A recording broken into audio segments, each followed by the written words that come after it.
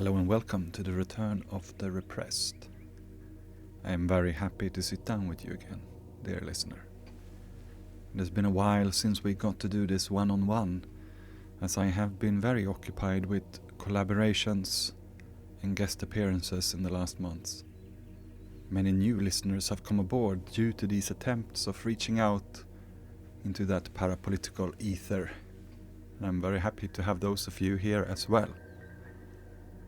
Should you be a first-time listener, I guess I must warn you that this intro might be a bit difficult to follow, because it's been so long, but also since tonight I would like to talk with emotional engagement about the apocalypse and språkmagi, or language magic, which should not have to scare us away.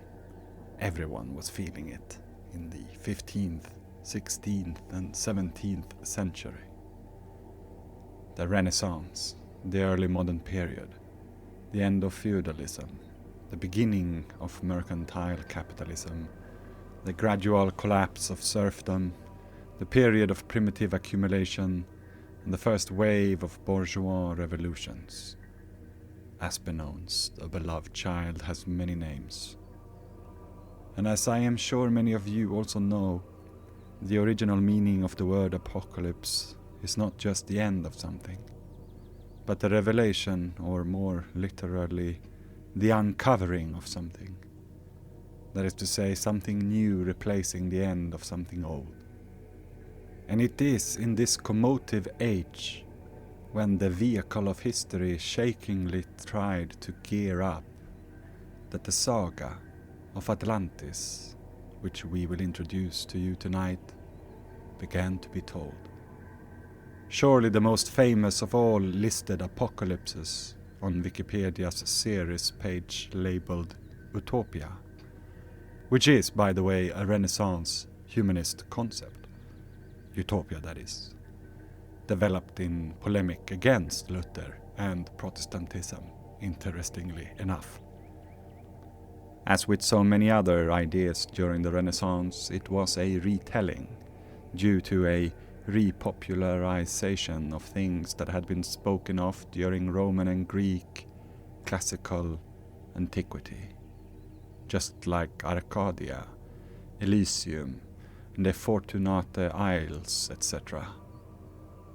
It is also now that the Ottoman Sultan Suleiman the Magnificent ordered the rebuilding of the walls of Jerusalem, which stand to this day in the midst of many reformative ideas about a new Zion.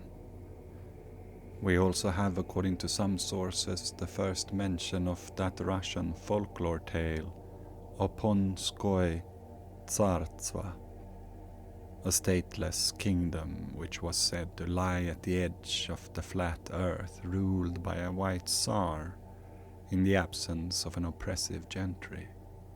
A place said to be prophetically depicted in the soon-to-be Soviet painter Efim Chesnyakov's 1914 The City of Universal Welfare, in which is found, quote, the unity of all living on earth for the common good, end of quote. This episode is going to be a two-parter, and in each intro I would like to set the stage of what we are going to talk about without having to repeat myself too much. Once we do get talking, Sebbe, our special guest, and I, we are going to tell you about a mad Swedish researcher in the 1600s. We're going to zoom in on his person, his hopes, desires and dreams, as well as the political and social surroundings of the people he met, worked and schemed with. In the musical interlude, I have asked my participants to record readings of the old Icelandic sagas about the Gothic wars with the Huns, as well as our protagonists' strange translations of the old Greek myths. The Argonauts' supposed journey to the most north, and Odysseus aiming for Hades but finding Sweden instead. All good stuff, as I am sure you can imagine. We have prepared and read an awful lot the last half year for this pair of episodes. Our researcher, of course, lived in an idea historical tradition beyond his own fathoming, which only we in hindsight have the privilege of analyzing more thoroughly. This undertaking will be the material of this first introduction in the first episode.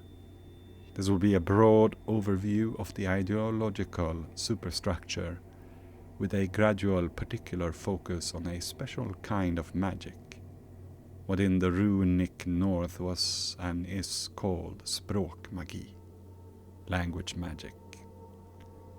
We will trace its neoplatonic origins in the Logos doctrine, its development through the early Christian church fathers, its relative dormancy during the Middle Ages, and its rediscovery during our Renaissance time of investigation, as well as its multifaceted nature, as a spoken as well as a written praxis, with numerous interpretations of its purpose, its dangers and forbidden fruits, high and low, far and wide.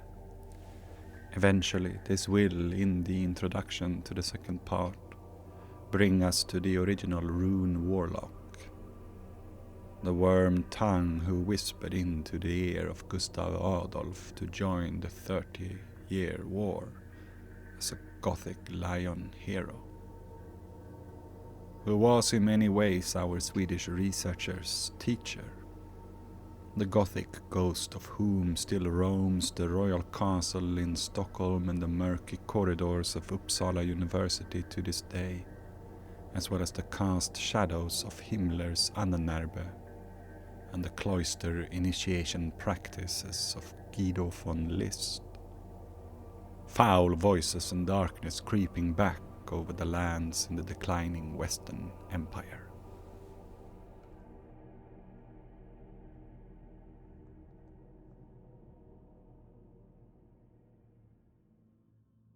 Millenarianism, the religious zeal to establish a 1,000-year Reich, as a radical practical eschatology, was never a mere fringe phenomenon, it turns out. The last decades of research since the gradual weakening of the authority of biblical archaeology in the 90s, coupled with a historico-materialist series of victories in the long march through the institutions, at least if we are to symptomatically read the right-wing critique of cultural Marxism with some glee and enjoyment, has shown that this Weltanschauung, the feeling that the last days are drawing near, has saturated much of Christendom's history since the fall of Rome, where it had already taken power as the hegemonic ideology before that undoing. An unexpected feat unmentioned in the book of Revelations. I don't think this means that we should immediately jump to the conclusion that Christianity as such is simply an end-time cult, whatever that might mean in our defiant rush to dance with amusement on the grave of a cadaver pope. But surely it means something for the characters in our story, and it might help us understand them, their intrigues and the events that surrounded them. For the potential of a space and time so electrically charged with the nearing of the last judgment might cause all announcements, even of trivial secular kind, to cut through the eventless fabric of everyday life like prophetic trumpets 7 times a week. It is said that all cats are grey in the twilight before the night of the world, which surely means that in the unmeasurable light of the woman clothed with the sun, all cats must appear with such white heat that they look to be just about to burst into fire. A single static spark from the wool sleeve that strokes their hair in a corner of a quiet, cold library, a snapping sound among stones, and the whole atmosphere is suddenly engulfed by flames. This tension has a psychoanalytical name. It's called transference. The structural conditions of moments when a single ill-picked word could have the analysant, the patient, leap not only up from the couch but out of the window. The unethical possibility to take advantage of transference is discussed in quite a few of Lacan's seminars, such as the one labeled The Other Side of Psychoanalysis. For as he says, quote, the inability of the analyst to sustain a praxis in an authentic manner results, as is usually the case with mankind, in the exercise of power.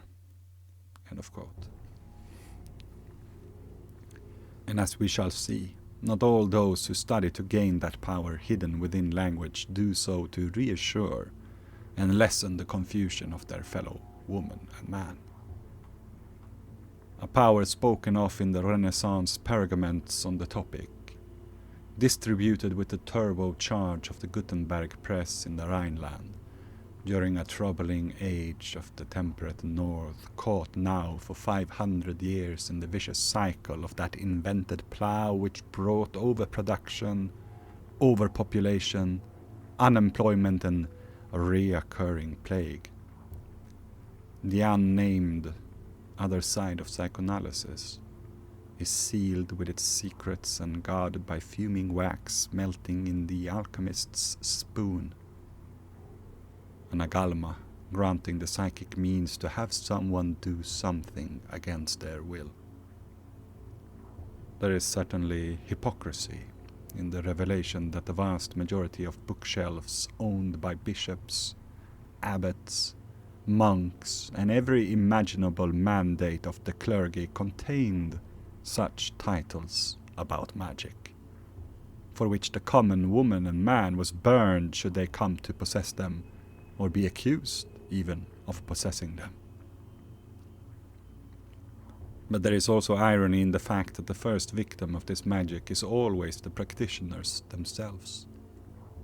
It is, of course, more than a morbid joke to be able to convince someone against their better instincts that they might begin to possess something, with which instincts can be controlled, by, for example, ingesting their own vital substances.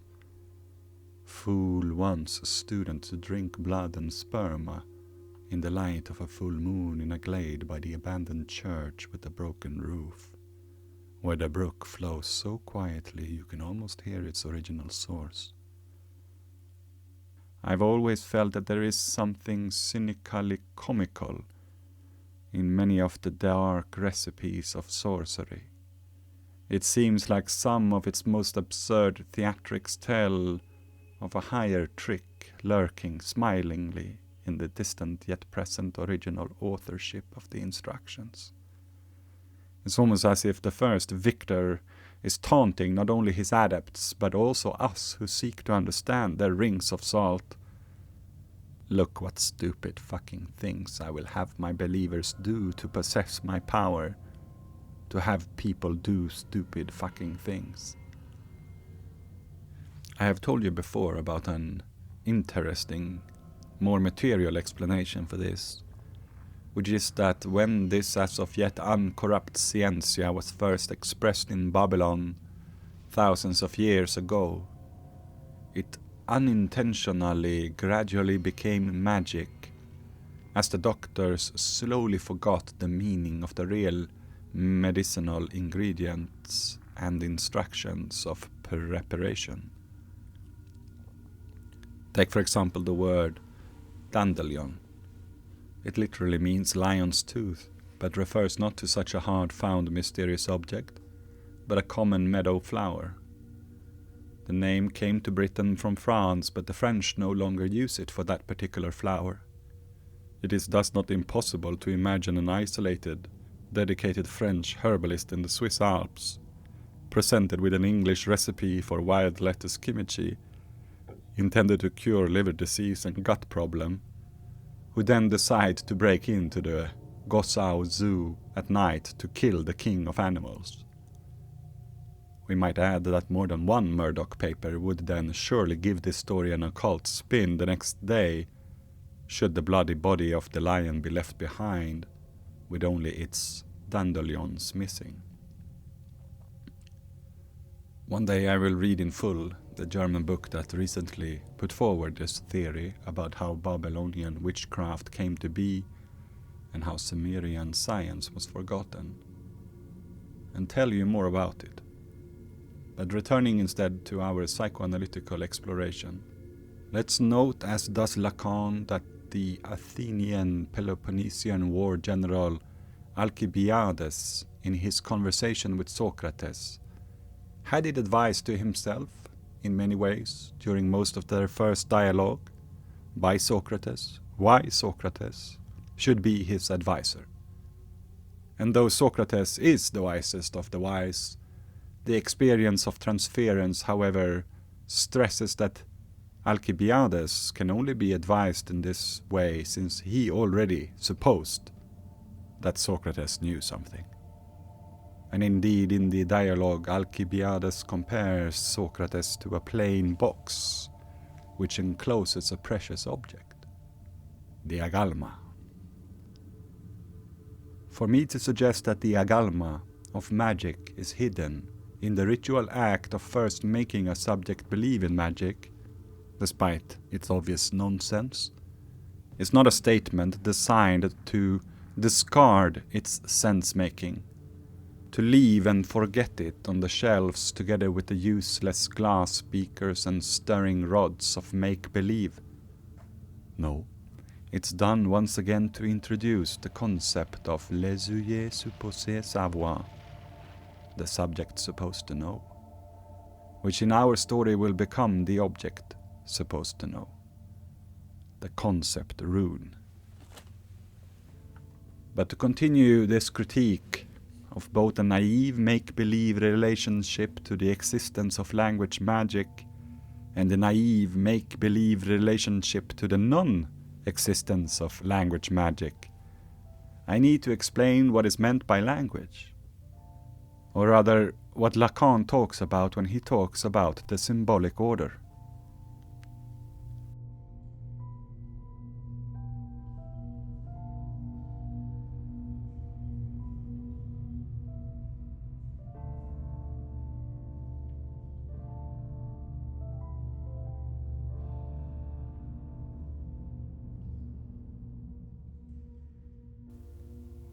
I think the first thing that stands out from our common assumption about these things is that there are no traditional distinctions between, let's say, symbols and words.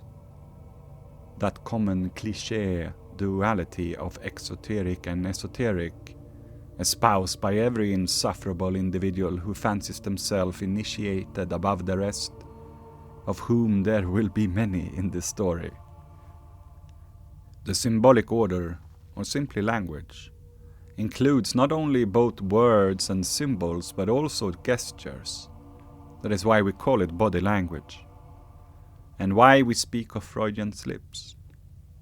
Any expression, artistic or not, designed to irritate the senses and which does not fall under the register of the imaginary, might be called symbolic. And in order to use it, one must allow it to use oneself. There is very little point in speaking a language that no one else understands. We can only use language to the extent that it uses us. We are subjects of language because there is very little else for us to make a person out of ourselves with. Now there is something very sudden about finding oneself within this state of things. I believe it was Ferdinand de Saussure who first linguistically suggested that as soon as there was a signifier, there was significance.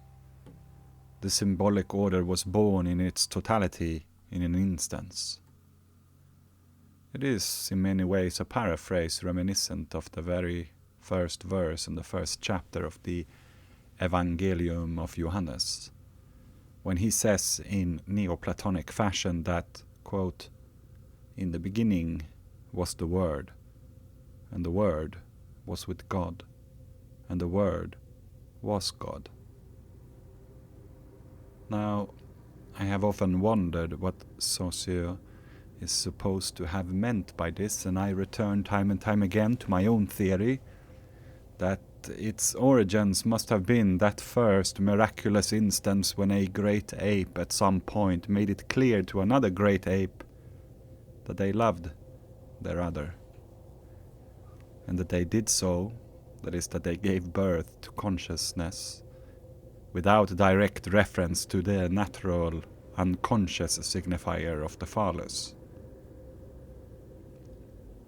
Whether it was a man or a woman who first managed to bypass that erect revelation of a willingness to make love is perhaps not important, but since the phallus is a signifier of a lack, it follows that the opposite of lack must be contentment, and that love is its significance.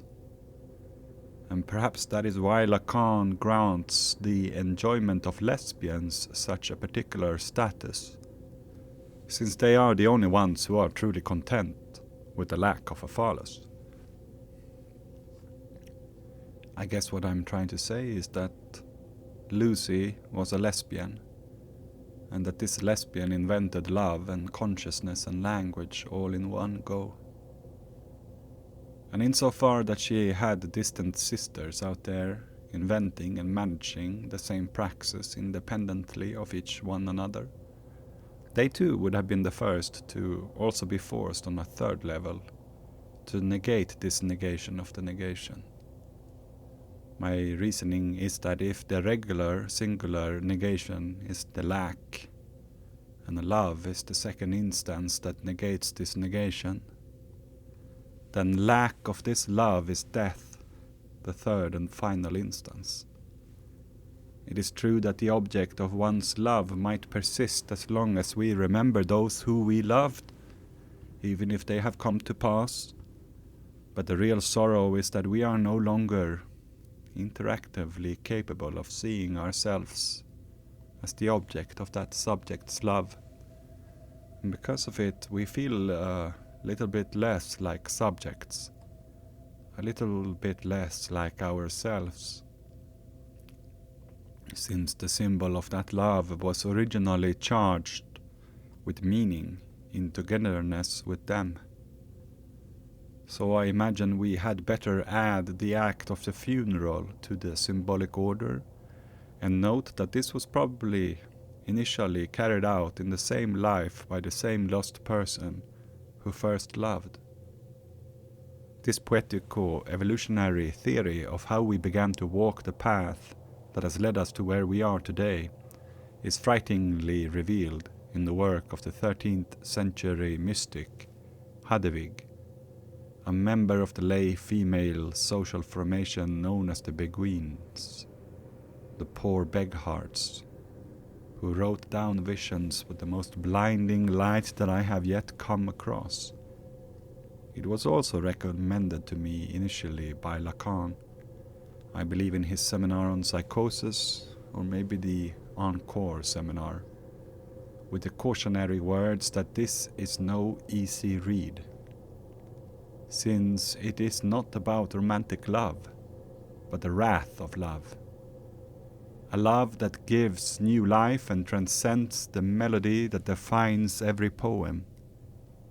It is here that it becomes clear that love is the act of giving something you don't have to someone who doesn't want it.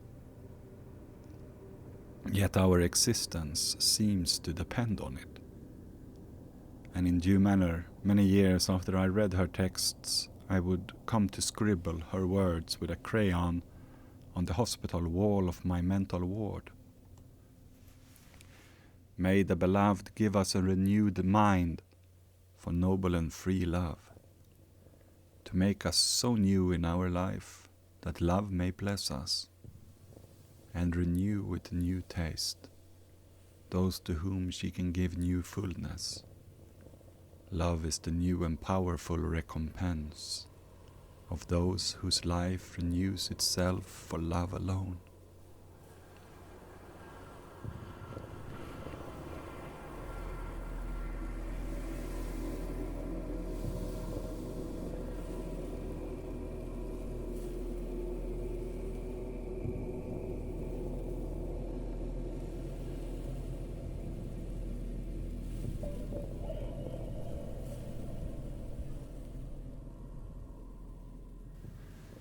If I have now succeeded to infuse the concept of the symbolic order with enough questions, it is perhaps best to continue to investigate the relationship between the power of words and the magical force of language in Renaissance philosophy. Here in the source texts of the time, in the practice of every charlatan or real deal downstream of Cornelius Agrippa, Paracelsus, and Pico della Mirandola, it immediately becomes clear that we are not far off in our psychoanalytical triad of signs, the lack, love, and death. Because so much of that which is written about språkmagi, or language magic in the years after the Jews had to flee Spain, granting in the diasporic subsequence learned Italians, Swiss, and Kölschians the received opportunity to begin picking up Kabbalah studies and long-lost works on neoplatonic and Pythagorean mysticism kept by the Moors, is precisely about those desires. Formulas and incantations for increased potency, elixirs of passions and potions to unhinder the wanting, carved hexes inviting or postponing visits from the reaper, and so on.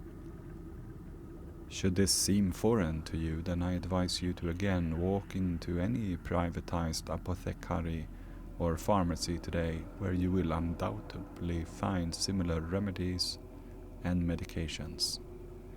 It is not for nothing that the world's most counterfeit drugs, according to Interpol, are so-called sexuopharmaceuticals of the erectile dysfunction kind, nor that 80% of all Viagra sold on the internet are so-called imitatives, according to the old German-American house of Pfizer, who owns the original patent.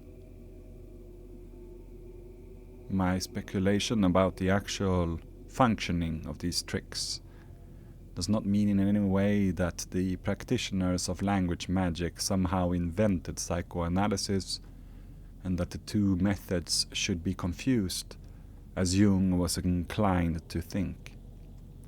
Personally, I think there is no point in talking about a conscious relationship to the insights of the psychoanalytic experience, at least until Mesmer, 2 to 3 centuries after Agrippa, Paracelsus, and Mirandola et al. And not because Mesmer was probably the first to borrow the materialist word magneticism from the nascent natural sciences to speak about the study of the psyche, but simply because analysis was born out of a critique of hypnosis, a methodology which Mesmer, unlike few others, for better and for worse, managed to intuitively master in practice beyond the shortcomings of his theories. Instead, psychoanalysis enters here in an anachronistic fashion to tell about a power hidden in language, because I want to take it seriously, which I cannot do by simply referring to old texts about magic while gauging the age of the philosophy behind Viagra's pharmacological success. Hopefully it will clarify also to you, dear listener, should you be of similar interests, why our alchemists, in so far that they wanted to control the minds of others, often succeeded, but for reasons beyond their own non-repeatable accounts.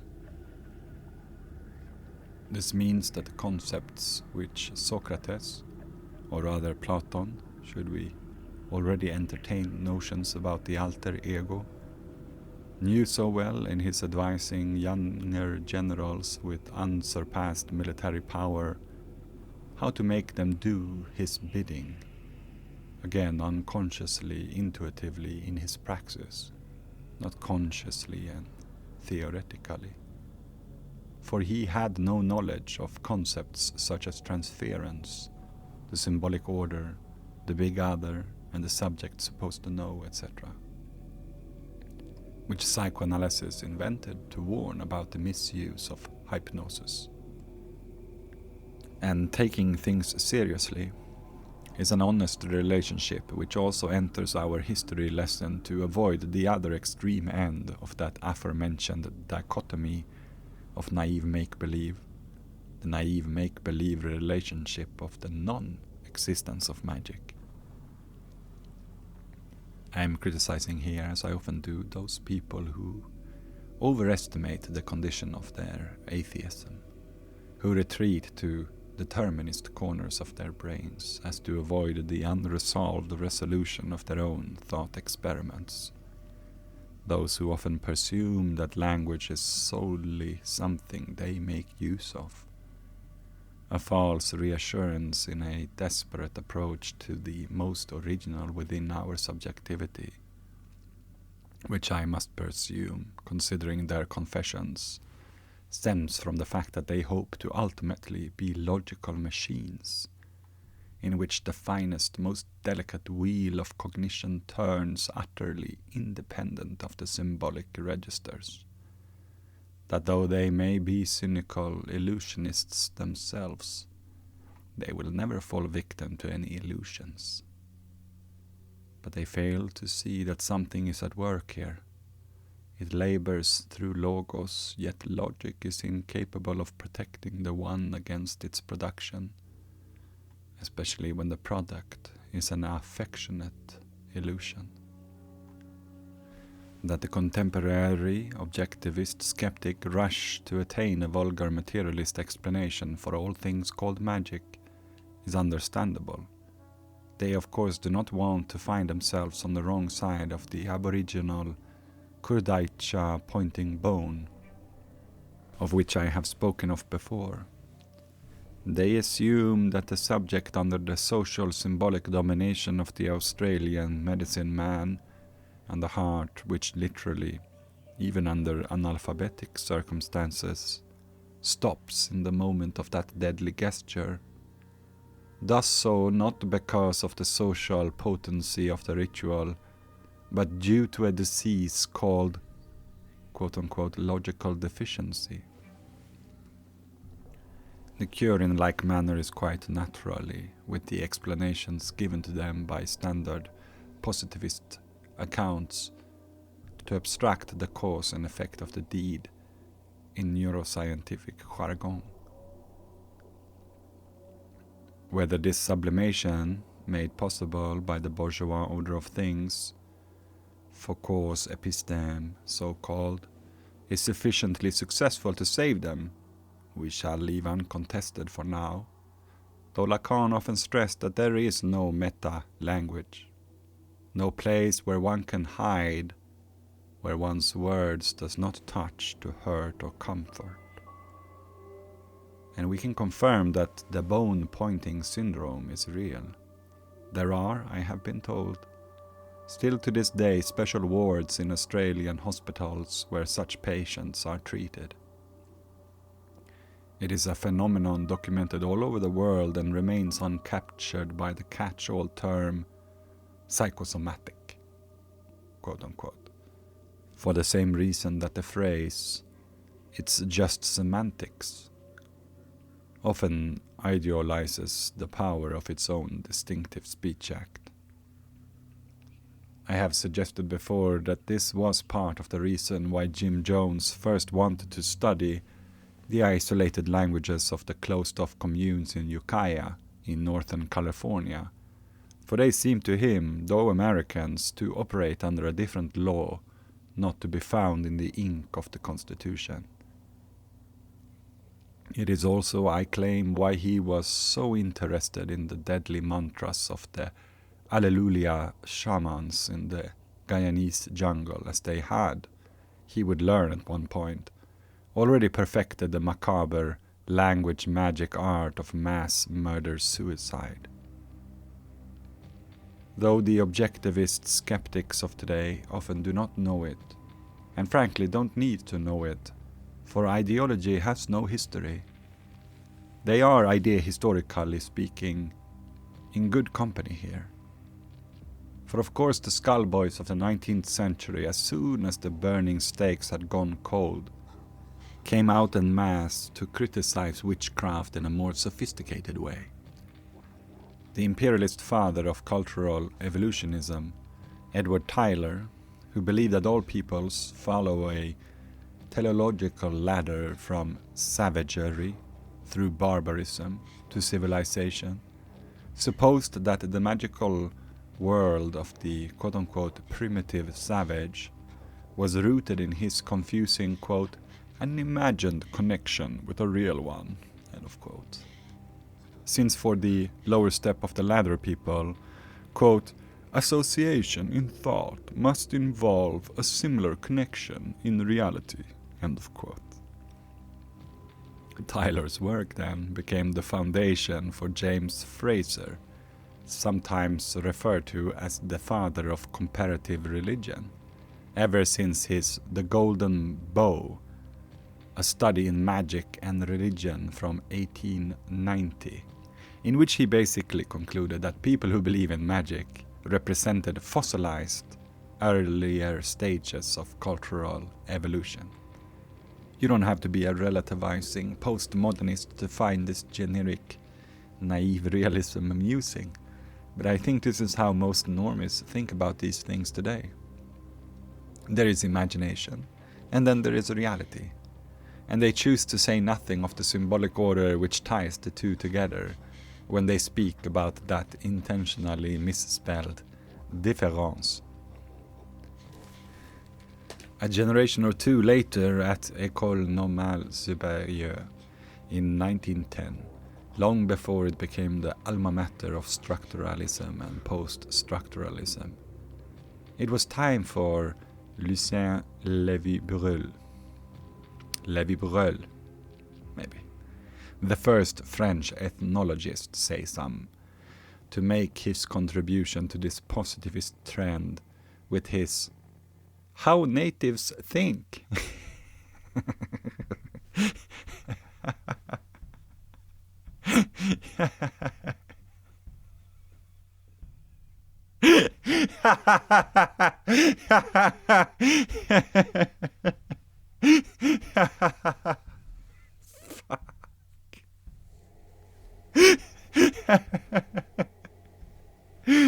Oh shit, man.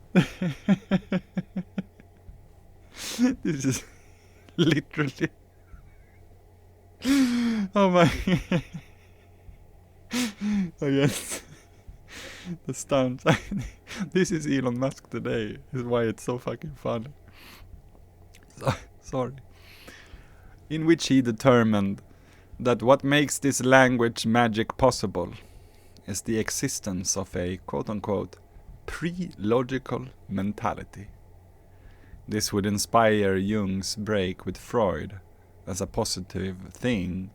However, as a sophisticated slur, which I think is how it was first intended, it continues to inspire the basic outlook of many angry Redditors with a keyboard and stand-up comedians in Austin as they draw their final conclusions about women, the handicapped, and people of other ethnicities at this very moment. This is all bog standard racist fun and games, but the 19th century schematics of clear demarcation lines has not been abandoned even in academia. Perhaps best saturated by the much more contemporary Brian Wickers, who in his Occult and Scientific Mentalities in the Renaissance from 1984 says that, quote, in the scientific tradition, a clear distinction is made between words and things, and between literal and metaphorical language. The occult traditions do not recognize this distinction. Words are treated as if they were equivalent to things and could replace them. Manipulate one and you manipulate the other. End of quote. How unfortunate then for these learned men that their old heroes and their royal road to science, as of late, has been revealed to have been in bed with their nemesis. As Håkan Håkansson, the author of the 600-page idea historical book At the End of Time, which is my main source of reference about Renaissance language magic. It's a kind of David Graeber and David Wengrow. Like he has looked at the last 20-30 years of research that has been done about the Renaissance and kind of compiled it in like one huge book. I mean, I really have to respect the guy. Like, I think he's been an academician for 30 years and he's only published one book. That usually means that, like, okay, not only is this my magnum opus, it's my only book. So take it seriously.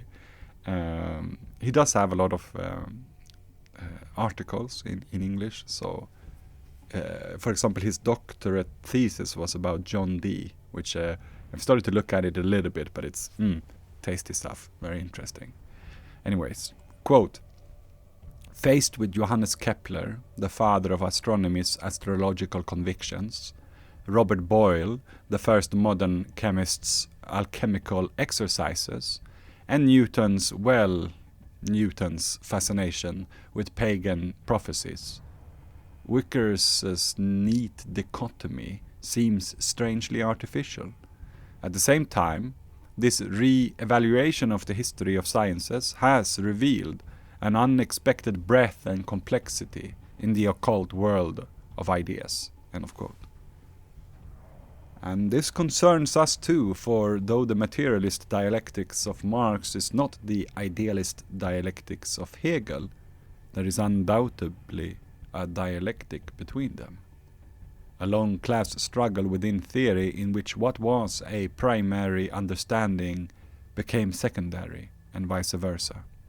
What had been previously primary for Hegel grew out of an appreciation of cosmic correspondence, most famously associated with Swedenborg, who added what materialism he could muster to the even older fascination with sameness, quote-unquote, or signatures, quote-unquote, and sympathies, quote-unquote.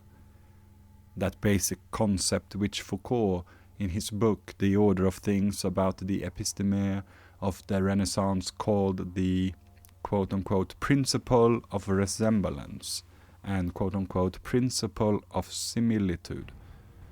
What I imagine most of you know as the Hermetic maxim, quote, as above, so below, end of quote. A timeless vehicle of thinking brought to idealist ruin by concrete practical examples once they are fitted into the Marxist contradiction of base and superstructure. That is, if you are a Marxist rather than a Renaissance esoteric. But since we have suggested to entertain ourselves to think like such castle dwellers for a while, we must continue back in time beyond our revolutionary algebra and dare to sometimes take some steps without Freud and Marx to find the idea historical root lure of the swastikallers in their own words.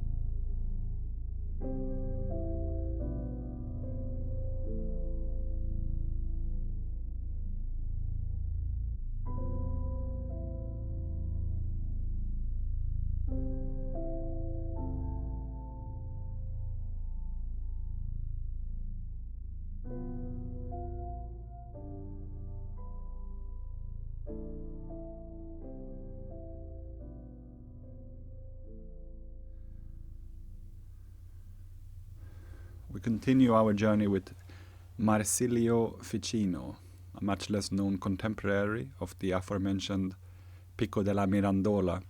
He was Mirandola's senior by a generation, but they would both die in the same decade in the last years of the 1400s, Mirandola having lived only half a life. Together they are the forerunners of the other two giants, Paracelsus and Cornelius Agrippa, who were born in the times of their master's death as the 1400s became the 1500s. According to Håkan Håkansson, Ficino was the first translator of the neoplatonic corpus in toto into Latin, which will become very important to our investigation. Håkansson further points out that, quote, a word not only designated or represented a thing, but also concealed, quote, within the quote, a certain power of the thing itself, end of the quote, within the quote. Certain words, especially, quote-unquote, divine names, contained a, quote-unquote, living power that was so strong that even ungodly people could perform, quote-unquote, miracles by invoking them.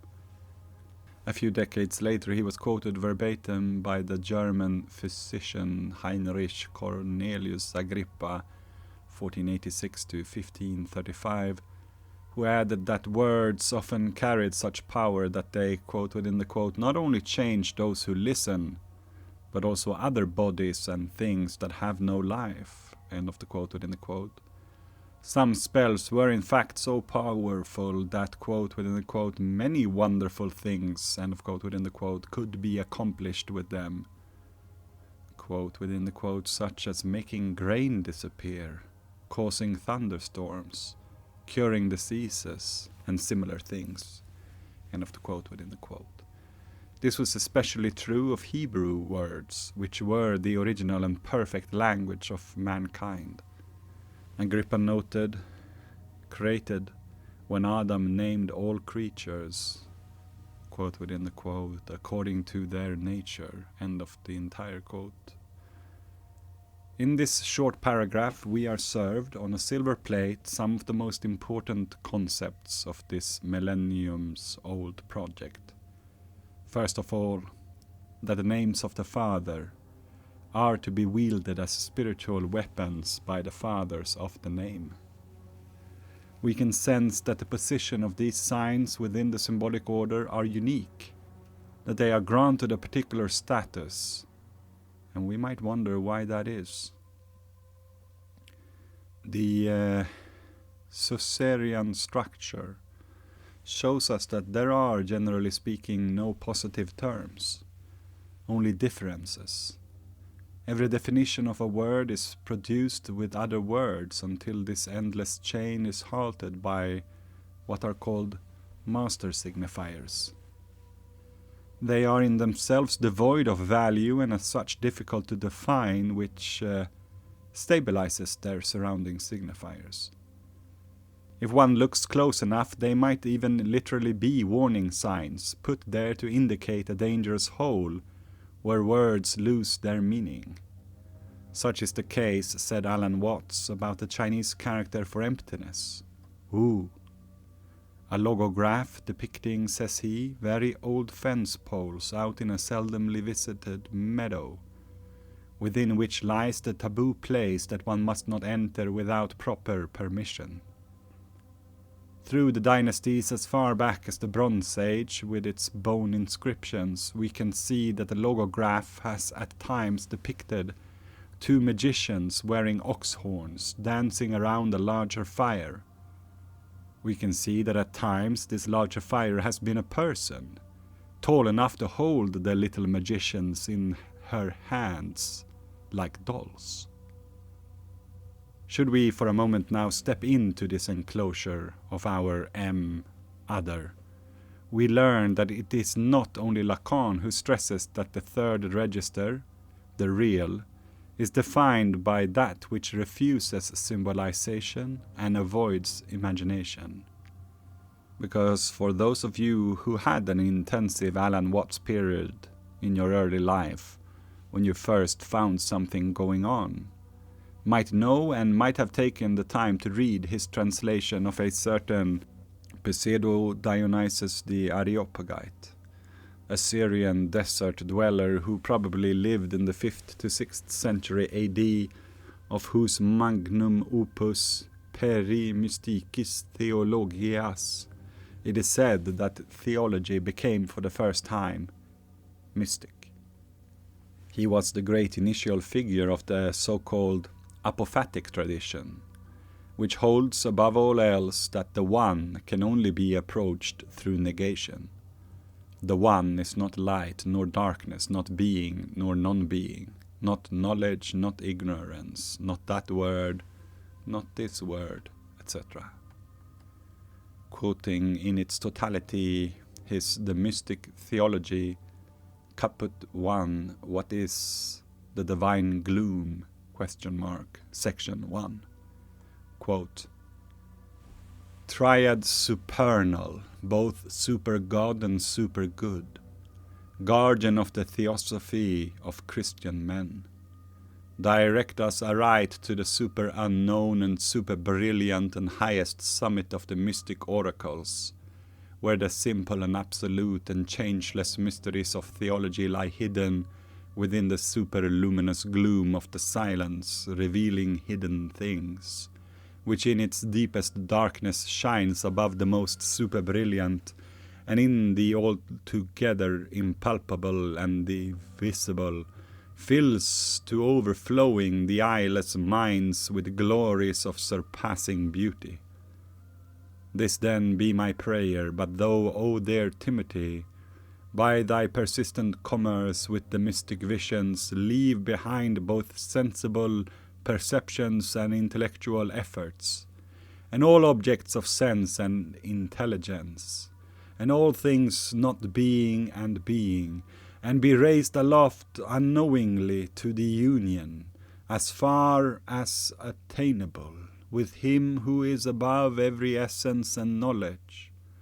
For by the resistless and absolute ecstasy in all purity from thyself and all, thou wilt be carried on high to the superessential ray of the divine darkness, when thou hast cast away all and become free from all. End of the quote.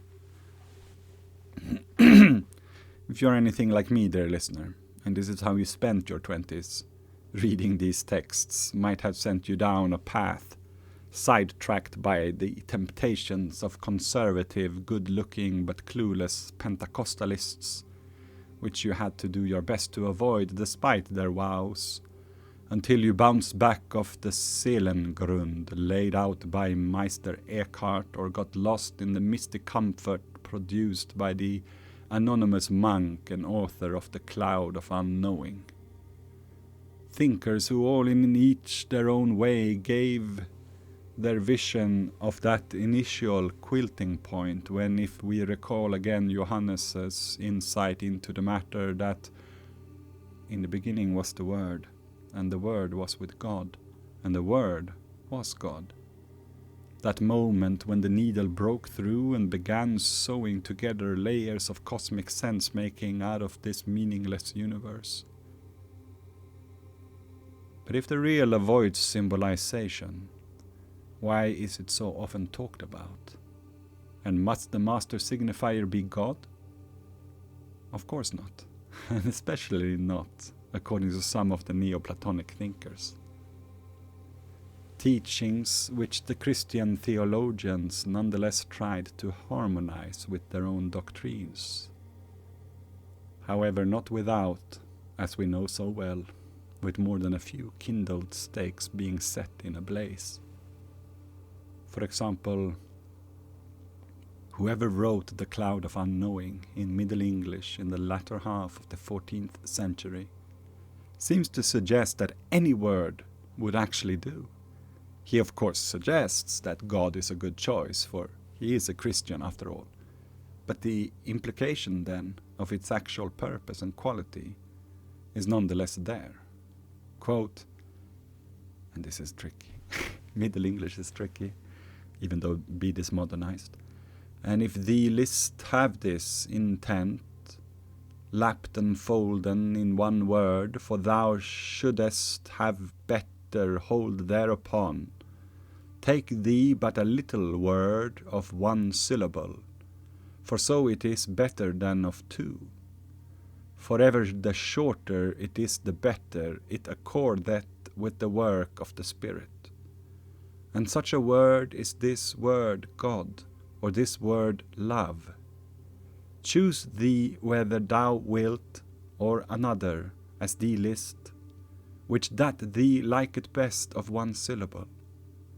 And fasten this word to thine heart, so that it never go thence for thing that befalleth.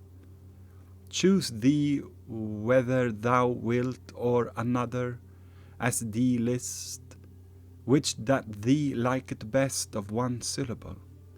And fasten this word to thine heart, so that it never go thence for thing that befalleth. This word shall be thy shield and thy spear, whether thou ridest on peace or on war. With this word thou shalt beat on this cloud and this darkness above thee. With this word thou shalt smite down all manner of thought under the cloud of forgetting, insomuch that if any thought press upon thee to ask thee what thou wouldest have, answer them with no more words but with this one word. End of the quote. And of course, considering the seekers in the dark corridors of the monastery who likes to fuck with you, both explicitly and implicitly, in the many meanings of that word, we would do well to suspect a buried dog here. For as Agrippa warned, quote, not only changes those who listen, but also other bodies and things that have no life, end of quote. That is to say, by these words designed to label the real hole through which the needle shall first enter, one might be able to fashion a robe for another, and dress them in the cloth of one's own understanding. If with every stitch one promises them and oneself that this utterance can do this, and that utterance can do that. Who first wore clothes to ascend to such a point of enunciation, we may ask? Well, certainly Adam, said these aspirants. The Adamic language, by which, as Martin Luther put it, all creatures were given their proper names, so that he who speaks could also be given, quote, power over all animals, end of quote. As if the ability to speak nature's own language gave him unconditional control over it. Quoting Luther, I believe that Adam could restrain a lion with a single word, just as we command a trained dog. End of quote. The remark about the lion is silly to us, but the epigenetic remark about that kneeling wolf, which we have taught so many foreign tasks, is terrifying, should you be one who cherish your independence. And wasn't Sinead O'Connor hunted down like a witch until she died for pointing out on prime-time television such things about this the other side of language, its misuse by men of the cloth in the way that they trained their pets?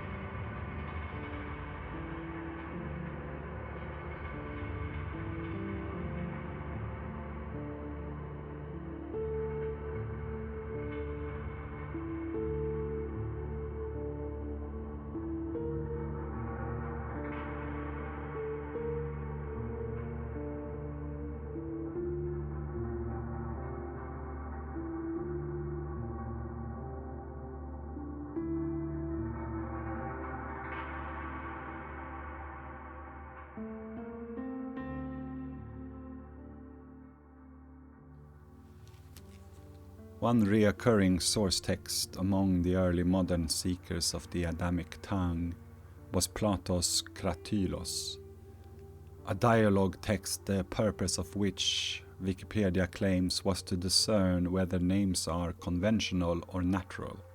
that is, whether language is a system of arbitrary signs, or whether words have an intrinsic relation to the things they signify. Quoting Håkansson, quote, "As Plato says in Cratylus, a name carries some of the power of the thing itself," Ficino pointed out, for example, when discussing the power of certain quote-unquote divine names. However, there is nothing in Plato's theory of language that justifies the claim that it dissolved the distinction between words and things and made them appear identical. The magical powers of language are not mentioned at all in Plato's dialogue. Cratylus is rather a complex and nuanced discussion of the properties of language, in which the characters in the dialogue argue alternately for the view that language is conventional and for its natural character, but without the question being finally decided. The ambivalence in Plato's view of language did not escape the attention of the Neoplatonists of the Renaissance. In his commentary on Cratylus, Ficino gave a detailed account of the ambiguous stance taken in the dialogue, and pointed out that even though words were quote-unquote images of things themselves, they were often so distorted that language could never provide knowledge of reality. Nevertheless, he attributed magical properties to language and emphasized that the Old Testament patriarchs had, quote-unquote, performed miracles through the power hidden in, quote-unquote, divine names. However, these, quote-unquote, true and, quote-unquote, holy names were not found in any existing language, but were part of an ancient and secret tradition of knowledge that had been passed down from generation to generation since the day the names were, quote-unquote, given by God to the patriarchs and Moses, end of the quote, in its entirety. As we have pointed out in the second episode of the first season, pretty much every European nation began at this time onwards to put forward a theory that their language was actually this more or less well-kept, quote-unquote, secret tradition of knowledge, which had been lost in all the others ever since the disappearance of the Tower of Babel in Genesis 11, which is a contradiction even in biblical chronology itself, since already Noah's sons began the tradition of speaking different languages in Genesis 10. Quote, "These were the sons of Ham, according to their families, according to their languages, in their lands and in their nations," end of quote. Who knows, maybe it's not meant to be chronological. Ficino's passages nonetheless makes one thing clear, that Renaissance ideas about the magic of language were not based on something as trivial as an inability to distinguish between words, ideas, and things, as the schoolboys of the 19th and 20th century, and even today, have suggested, when trying to explain that someone could be so stupid as to believe in ideal objects, such as magic. It is also clear that the Renaissance thinkers thought of the symbolic order as hierarchical, that some words were more powerful than others, as they were often preoccupied with, as suggested, the names of the Father, Sabaoth, Adonai, Allah, as well as the legendary Tetragrammaton, JHVH, sometimes spelled, which deified, quote-unquote, our souls and gave us the power to perform veritable, quote-unquote, miracles, according to Ficino. For Lacan, this is a central symbolic paternal function that introduces the subject into the realm of language, law, and desire. As a master signifier, it plays a structural role in mediating the child's relationship to the mother's desire, instituting the Oedipus complex, and making possible the formation of subjectivity. Quoting Ekritz, "It is in the name of the Father that we must recognize the support of the symbolic function, which from the dawn of history has identified his person with the figure of the law." End of the quote. It is, in short, the fundamental signifier that allows the symbolic system to function properly. And in the psychotic moment of dethroning him, should this come upon you, you will learn, dear listener, just how many names you have actually learned.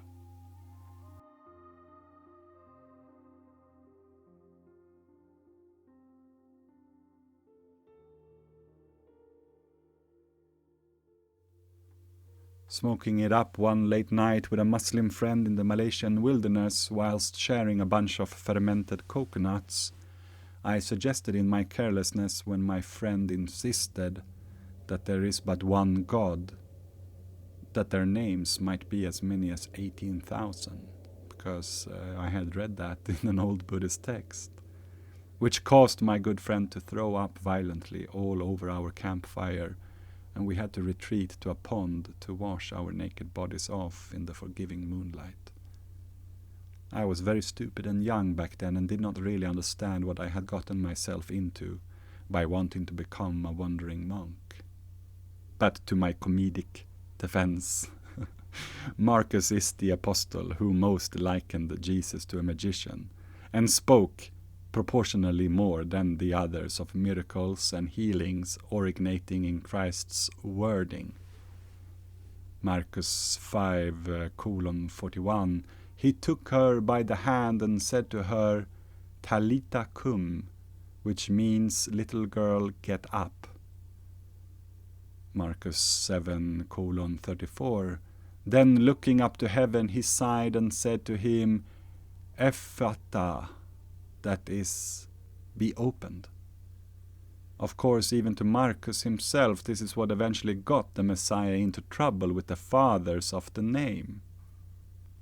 3:22, and the scribes who came down from Jerusalem said, quote within the quote, he has Beelzebub, and by the ruler of the demons he casts out demons, end of quote.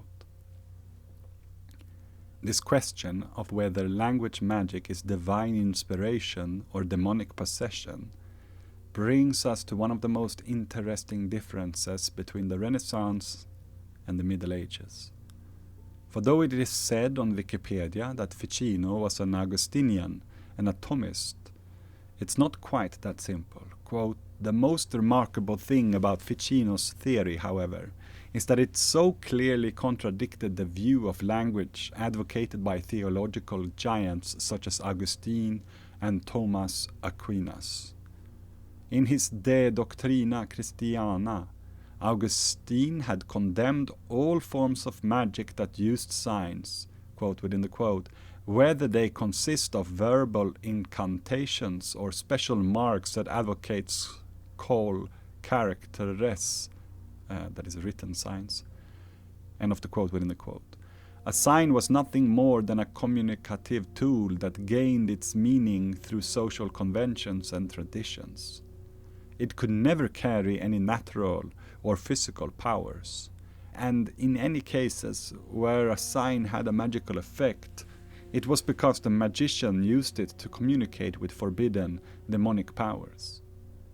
Thomas Aquinas drew the same conclusion in his Summa contra Gentiles, pointing out that, quote within the quote, words, insofar as they mean anything, have no power except that which comes from the intellect. End of the quote within the quote. If words and signs could perform visible miracles, it was only because they carried a meaning that could be interpreted by thinking, conscious beings, human, divine, or demonic. End of the quote in its entirety. Ficino would often allow the advice of Aquinas and Augustine in almost all matters, but this one. Therefore, when it came to language magic, he had to invoke a number of other philosophers to back up his theories. Quote from Zoroaster, Pythagoras, and the quote-unquote ancient Hebrew doctors to Origen, Synesius, and the Arab philosopher Al-Kindi, who all claim the same thing as Plotinus, quote within the quote, that a special and powerful force exists in certain words, end of the quote in its entirety. It is, as promised to Plotinus, we shall return our attention in the next episode intro, for he will bring us to the source of Neoplatonism, that partially lost corpus which was being repopularized by Ficino.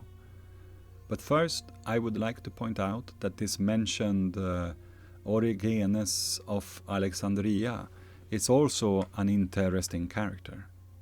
I had time to read him somewhat when I lived in a cloister once and took an online course for priests at a Swedish university. Not sure why I did that. I've never aspired to become a priest, but I guess that this Marxist obsessive epistemophilia sometimes forces you to read even the old church fathers. He probably met Plotinus at one point, and many regard him as the most Neoplatonic of all the church fathers.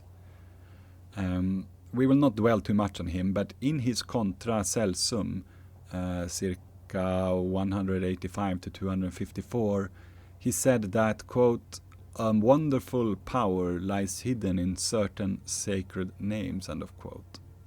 He further maintained that this quote-unquote living force was contained in words that were, quote, "put together in a certain divine way," end of quote, which was why such names lost their power when translated into any language other than Hebrew.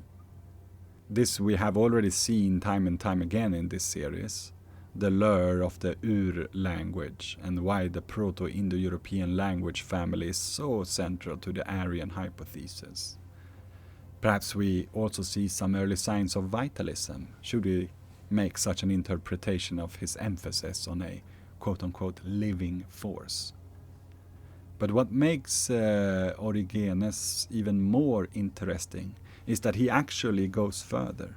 He also attributed special magical powers to other biblical names.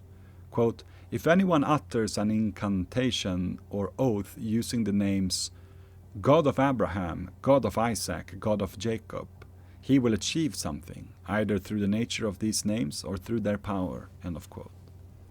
This might not seem like much right now, but Origenes is beginning to suggest something other than meaning production, something physically uncaptured by our theories of the symbolic order.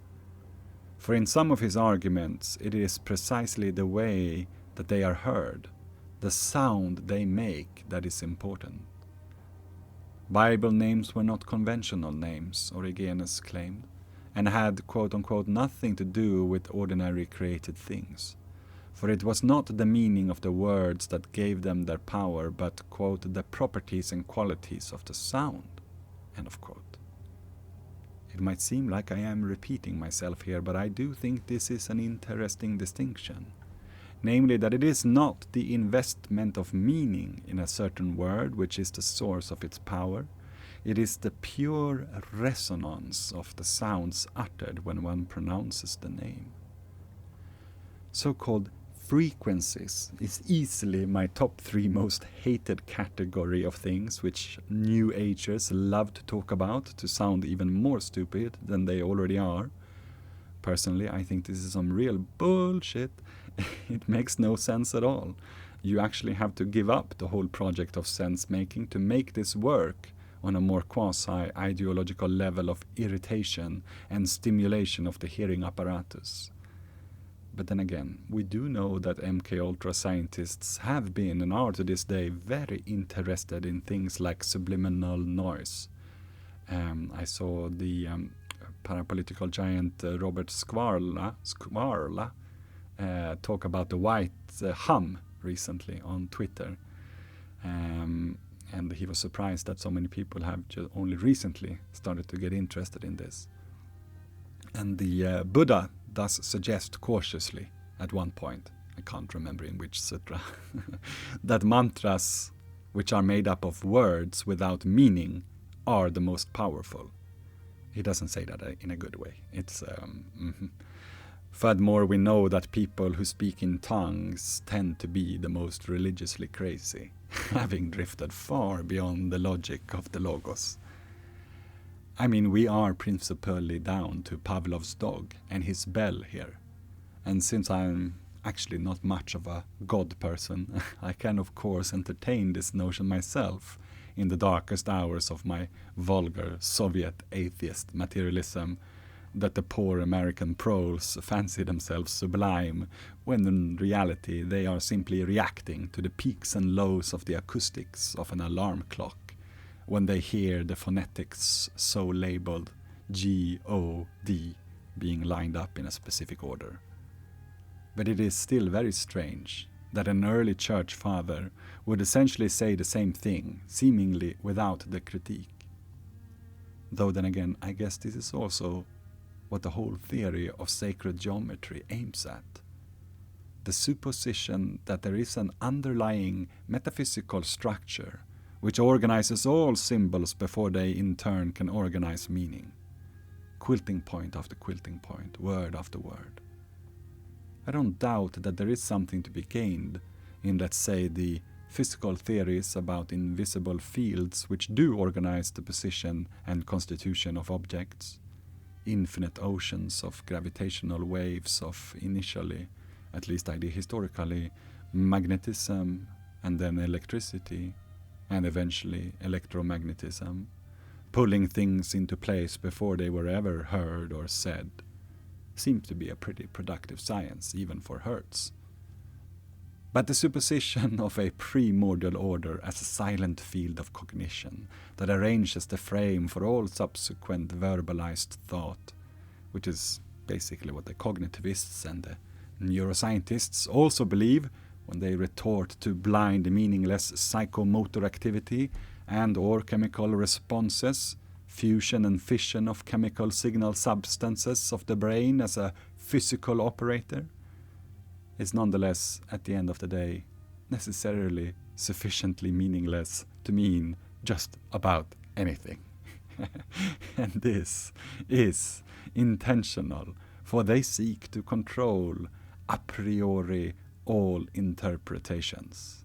That is the original meaning of the word hegemon, the one who leads the process of defining something.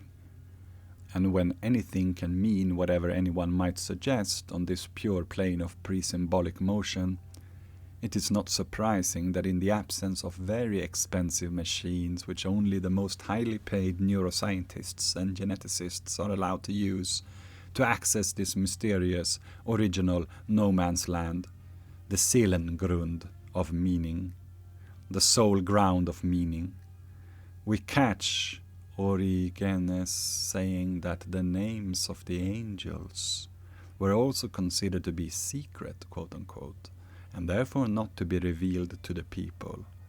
Rather, they were expressions of a, quote-unquote, secret theology, theologia aporetos, that was, quote, connected with the creator of the universe, end of quote.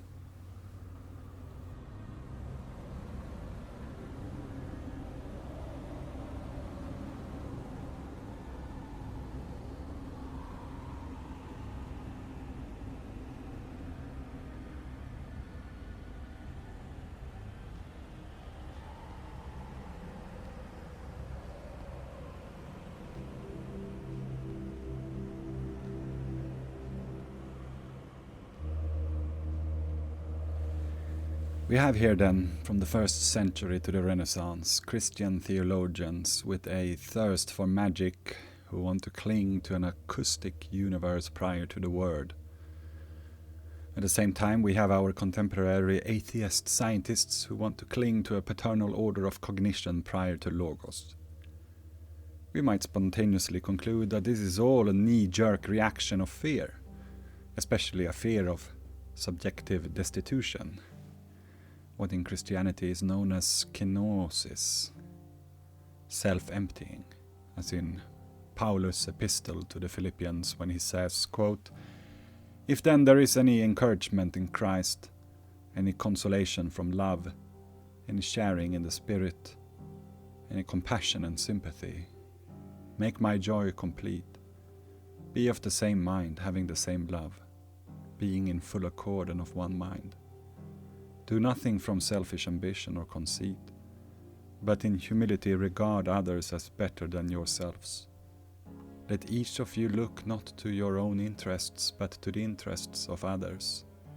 Let the same mind be in you that was in Christ Jesus, who though he was in the form of God did not regard equality with God as something to be exploited, but emptied himself, taking the form of a slave, being born in human likeness, and being found in human form, he humbled himself and became obedient to the point of death, even death on a cross." End of quote. I realize now that this is the third time I quote this epistle on this podcast show, but in total that makes it less than once a year, so I hope it doesn't come across as overtly preachy or anything.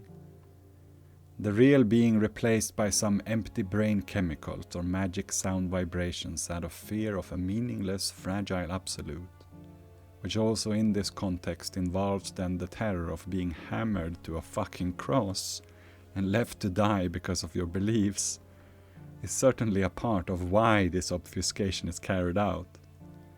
But I'm not just going to pity them, as I continue to develop throughout this Skullboys project my more political theory about this intellectualization and self-defense mechanism.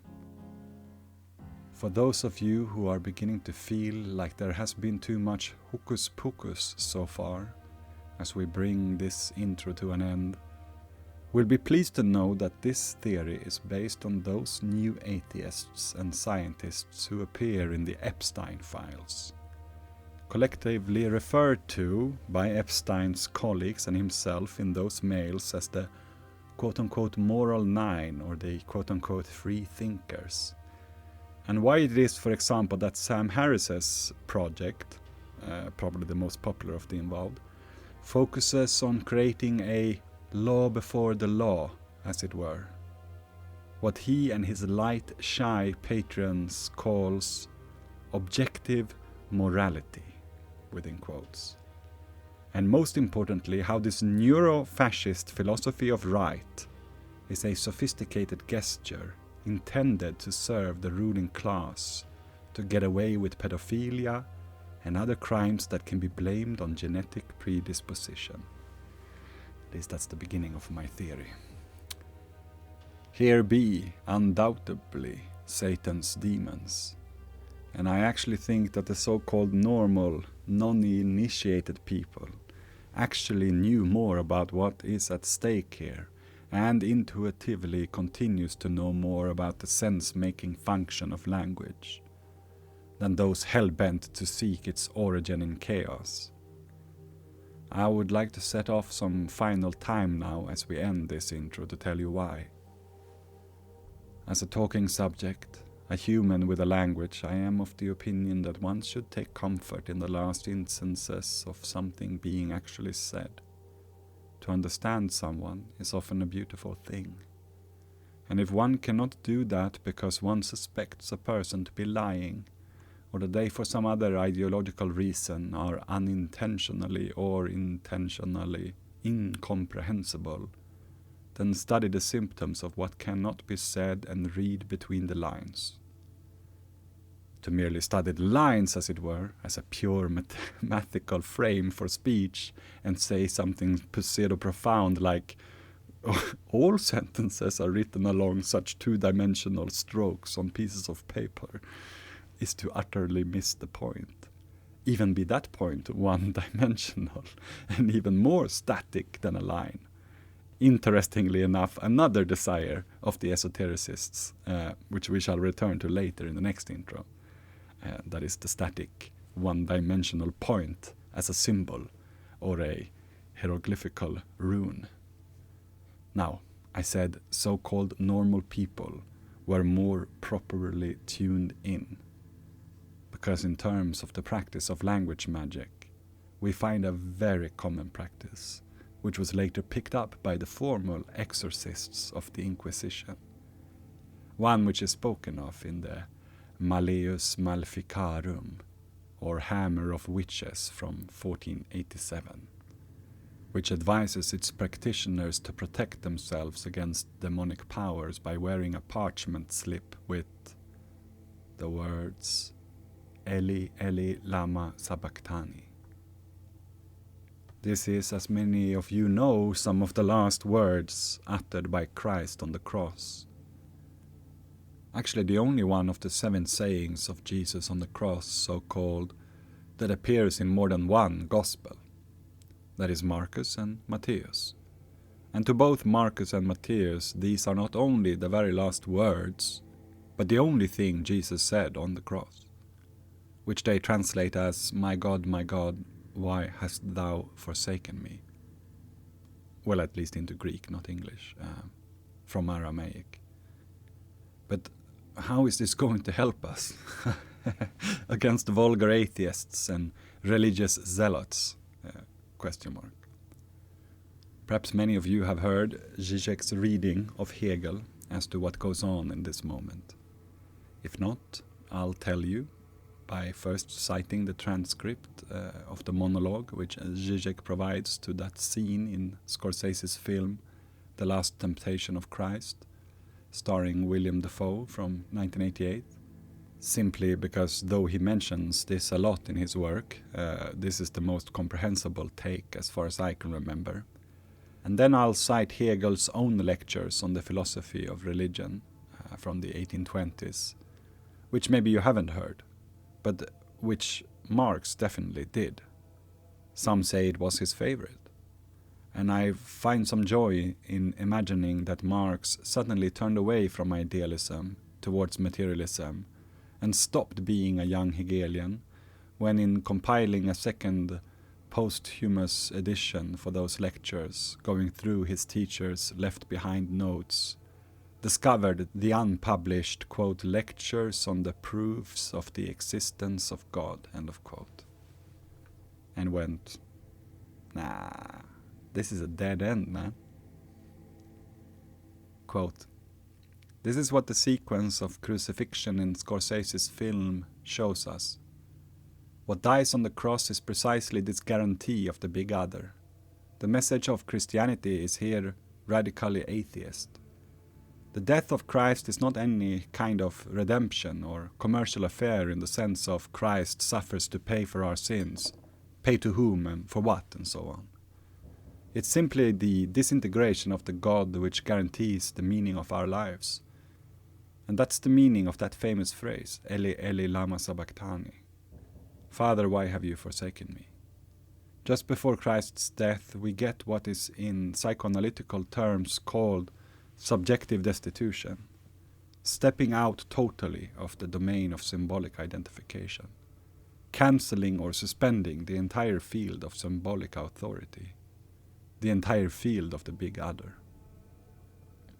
Of course, we cannot know what God wants from us because there is no God.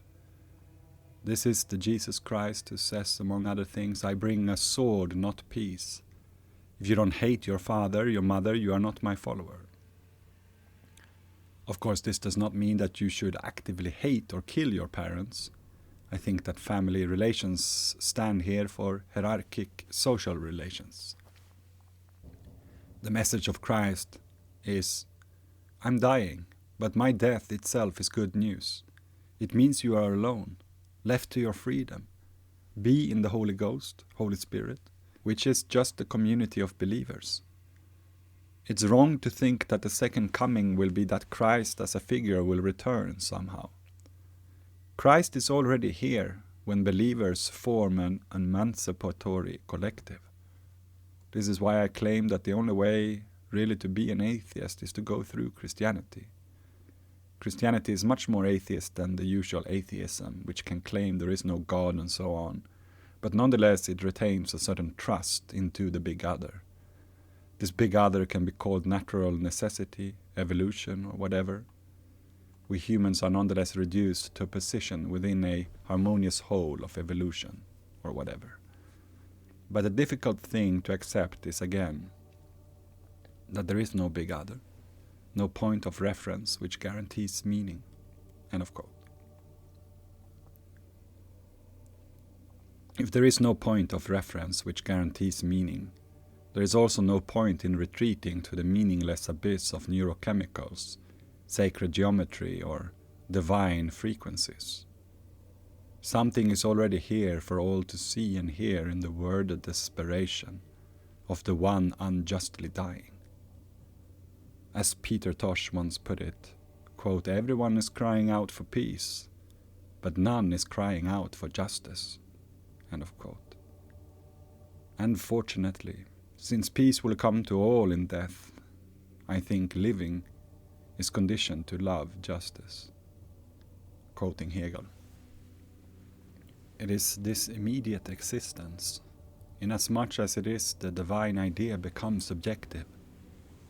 It portrays the unity of the divine and the human to itself therein, and it is at the same time the cleavage, the other being.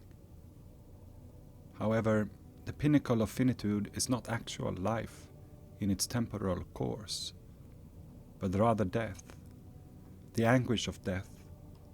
Death is the pinnacle of negation, the most abstract and indeed natural negation, the limit, finitude in its highest extreme. The temporal and complete existence of the divine idea in the present is envisaged only in Christ's death, the highest divestment of the divine idea as divestment of itself, i.e., the idea that is in addition this divestment, is expressed as follows: God has died, God himself is dead. This is a monstrous, fearful picture, Vorstellung, which brings before the imagination the deepest abyss of cleavage. But at the same time, this death is to this extent the highest love. It is precisely love that is the consciousness of the identity of the divine and the human, and the finitization is carried to its extreme to death. Thus here we find an envisagement of the unity, of the divine and the human at its absolute peak, the highest intuition of love. For love consists in giving up one's personality, all that is one's own, etc. It is a self-conscious activity, the supreme surrender of oneself in the other. Even in this most extrinsic other being of death, the death of the absolute representative of the limits of life, the death of Christ is the vision of this love itself. Not love merely for or on behalf of others, but precisely divinity in this universal identity with other being. Death, the monstrous unification of these absolute extremes, is love itself. This is the speculative intuition. End of quote.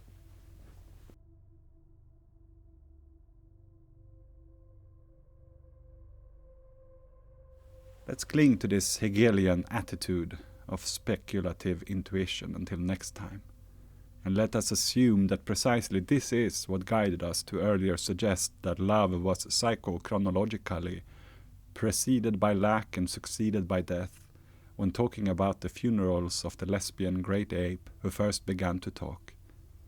Ridiculous, say some. Lovely to live in a world of theory beyond your reality, say I.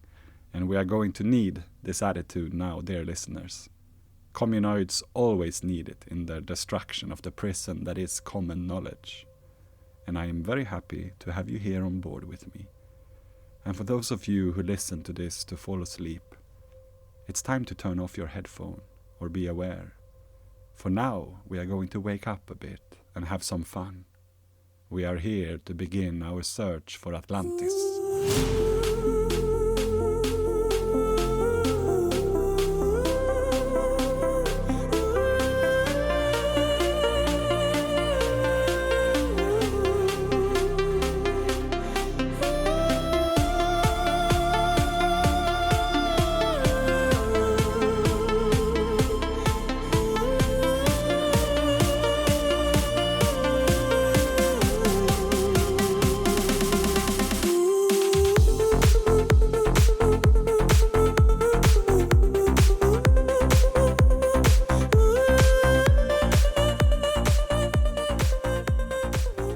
Thank you for listening, dear listener.